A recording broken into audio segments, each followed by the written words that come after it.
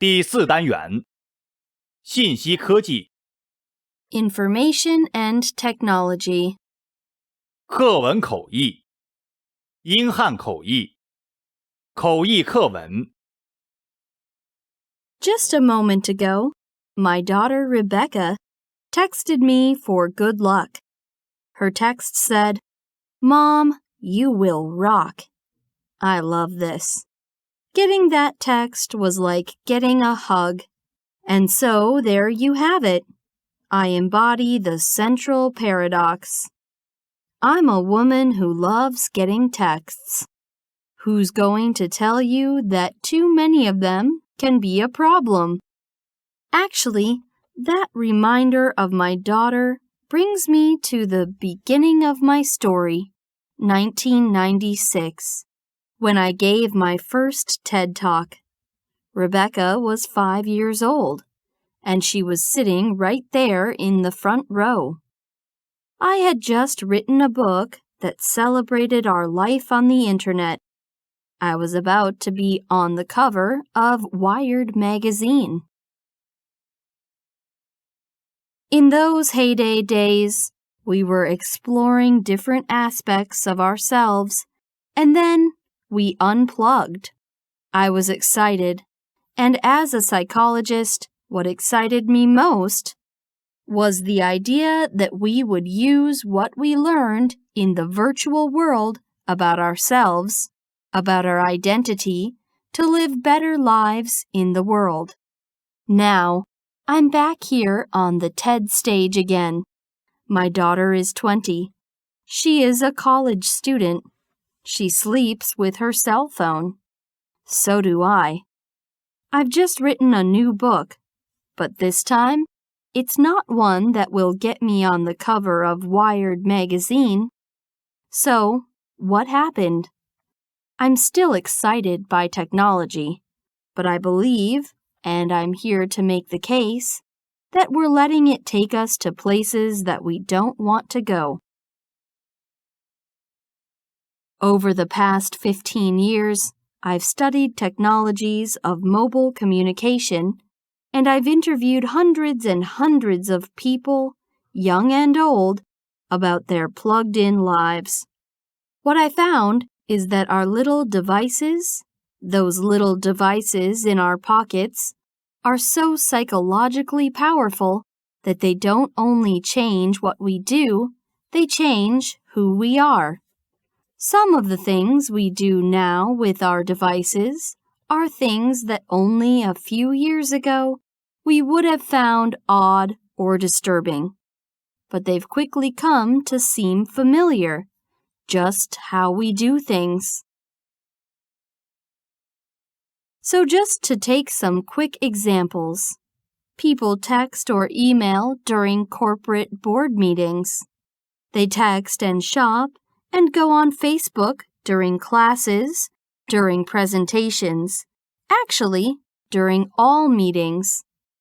People talk to me about the important new skill of making eye contact while you're texting. People explain to me that it's hard, but it can be done. Parents text and do email at breakfast and at dinner, where your children complained about not having their parents' full attention. But then, the same children deny each other their full attention. This is a recent shot of my daughter and her friends being together while not being together. And we even text at funerals. I study this. We remove ourselves from our grief or from our reverie, and we go into our phones. Why does this matter? It matters to me because I think we're setting ourselves up for trouble. Trouble certainly in how we relate to each other, but also trouble in how we relate to ourselves and our capacity for self-reflection. We're getting used to a new way of being alone together. People want to be with each other, but also elsewhere, connected to all the different places they want to be. People want to customize their lives. They want to go in and out of all the places they are because the thing that matters most to them is control over where they put their attention. So, you want to go to that board meeting, but you only want to pay attention to the bits that interest you. And some people think that's a good thing, but you can end up hiding from each other, even as we're all constantly connected to each other. 汉英口译，口译课文。来到英国这个 www 发明者的故乡，让我不仅想起伦敦奥运会开幕式上动人的一幕，男孩弗兰克和女孩琼恩用精彩的表演向 www 的发明者，被誉为互联网之父的蒂姆·伯纳斯·李先生致敬，感谢他带来的美好网络时代。伯纳斯·李先生则面带微笑坐在伦敦碗中央，轻快地敲击电脑键盘，看台上闪现出一排巨大的字符 This is for everyone。 互联网作为20世纪最伟大的发明之一，是全人类共有的财富、共享的资源和共同的家园。互联网让整个世界变成了地球村。在这个承载着70亿人的村庄里，每一个人都崇尚自由，追求幸福。自由和秩序紧密相连，不可分割。自由是秩序的目的，秩序是自由的保障。离开了秩序的自由是不存在的。英国是互联网发达国家，互联网内容管理、技术支撑、行业自律、法律法规等方面比较完善。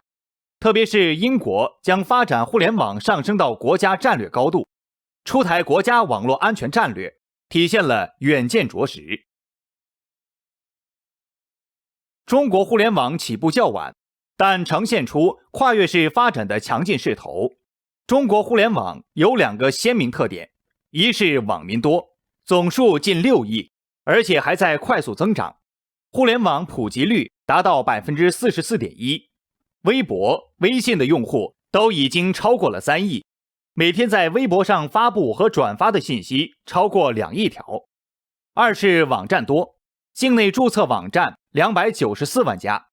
在2013年全球前20大网站中，中国的百度、腾讯、阿里巴巴、淘宝、新浪、搜狐等5家网站上榜。互联网已成为中国很多创业者实现梦想的新舞台。最近，中国政府还出台了促进信息消费、实施宽带中国战略等一系列举措，体现了加快发展互联网的信心和决心。中国互联网的历史不到20年，发展还不够成熟，在很多方面还要向英国等互联网发达国家多学习、多借鉴。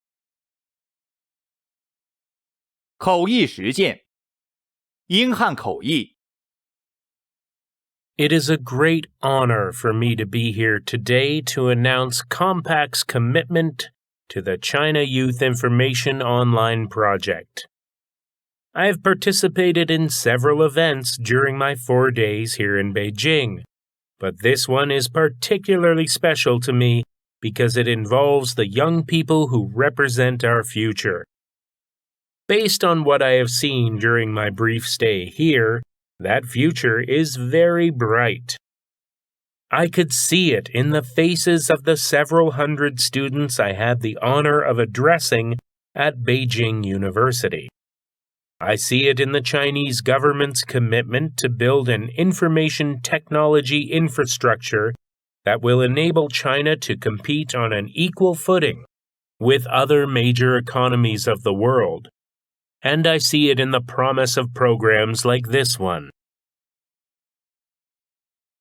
From Western Europe to the Far East, Compact is working with governments and educators to help improve access to information technology and to incorporate the Internet into the educational process.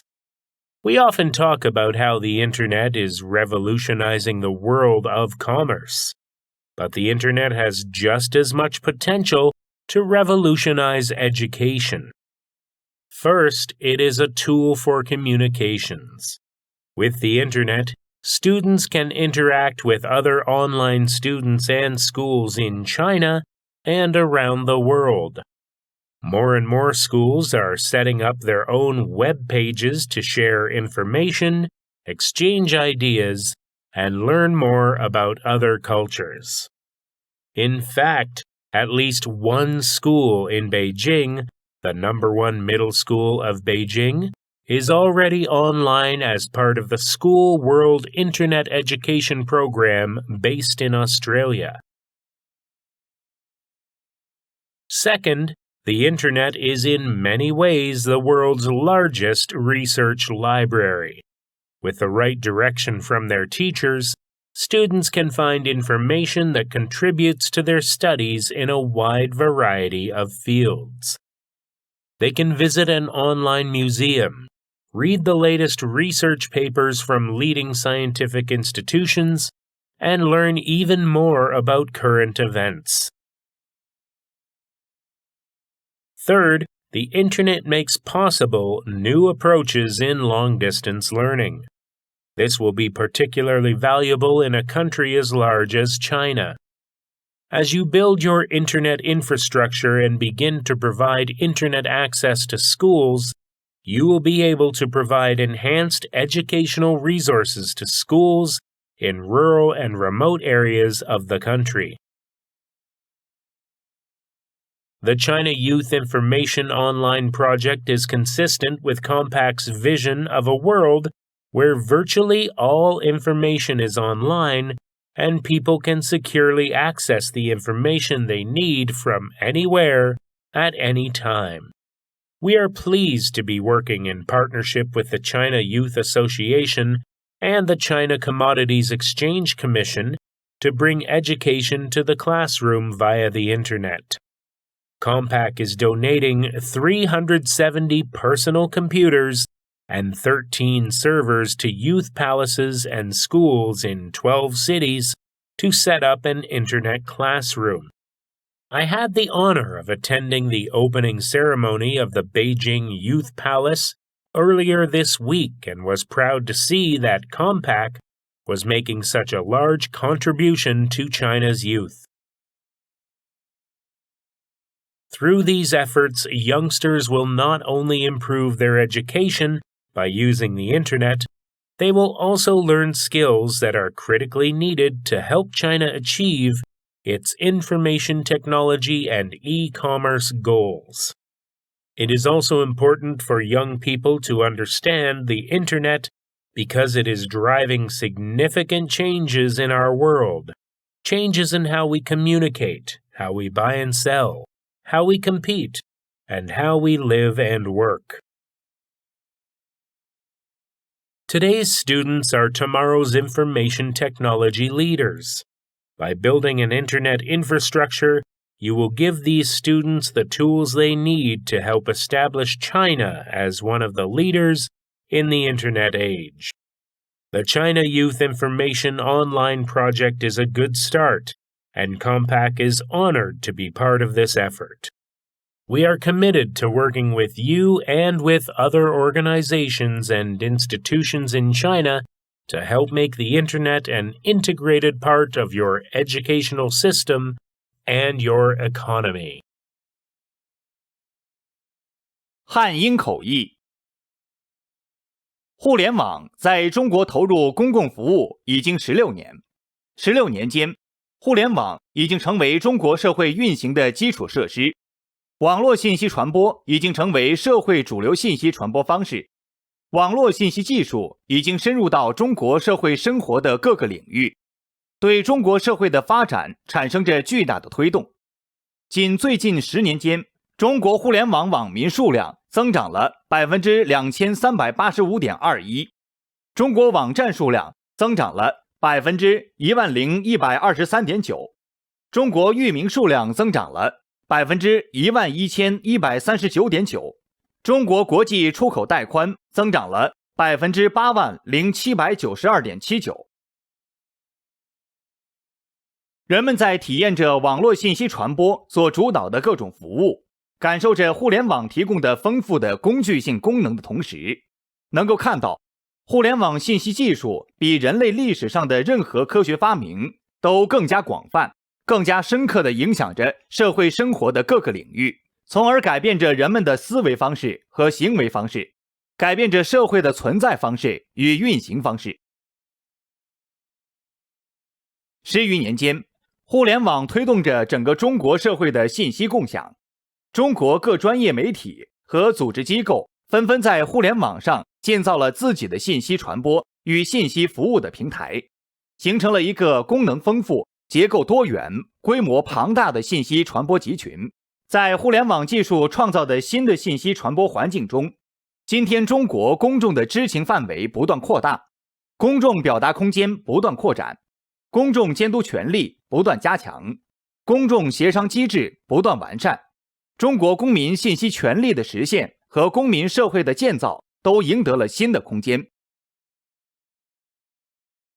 今天，互联网技术在中国的应用正在告别互联网早期公共信息传播与私人信息传播的初始形态，完成着从简单到复杂、从单一到多元、从初级到高级的历史演进，释放着它推进社会生活各个领域发生变革的巨大潜能。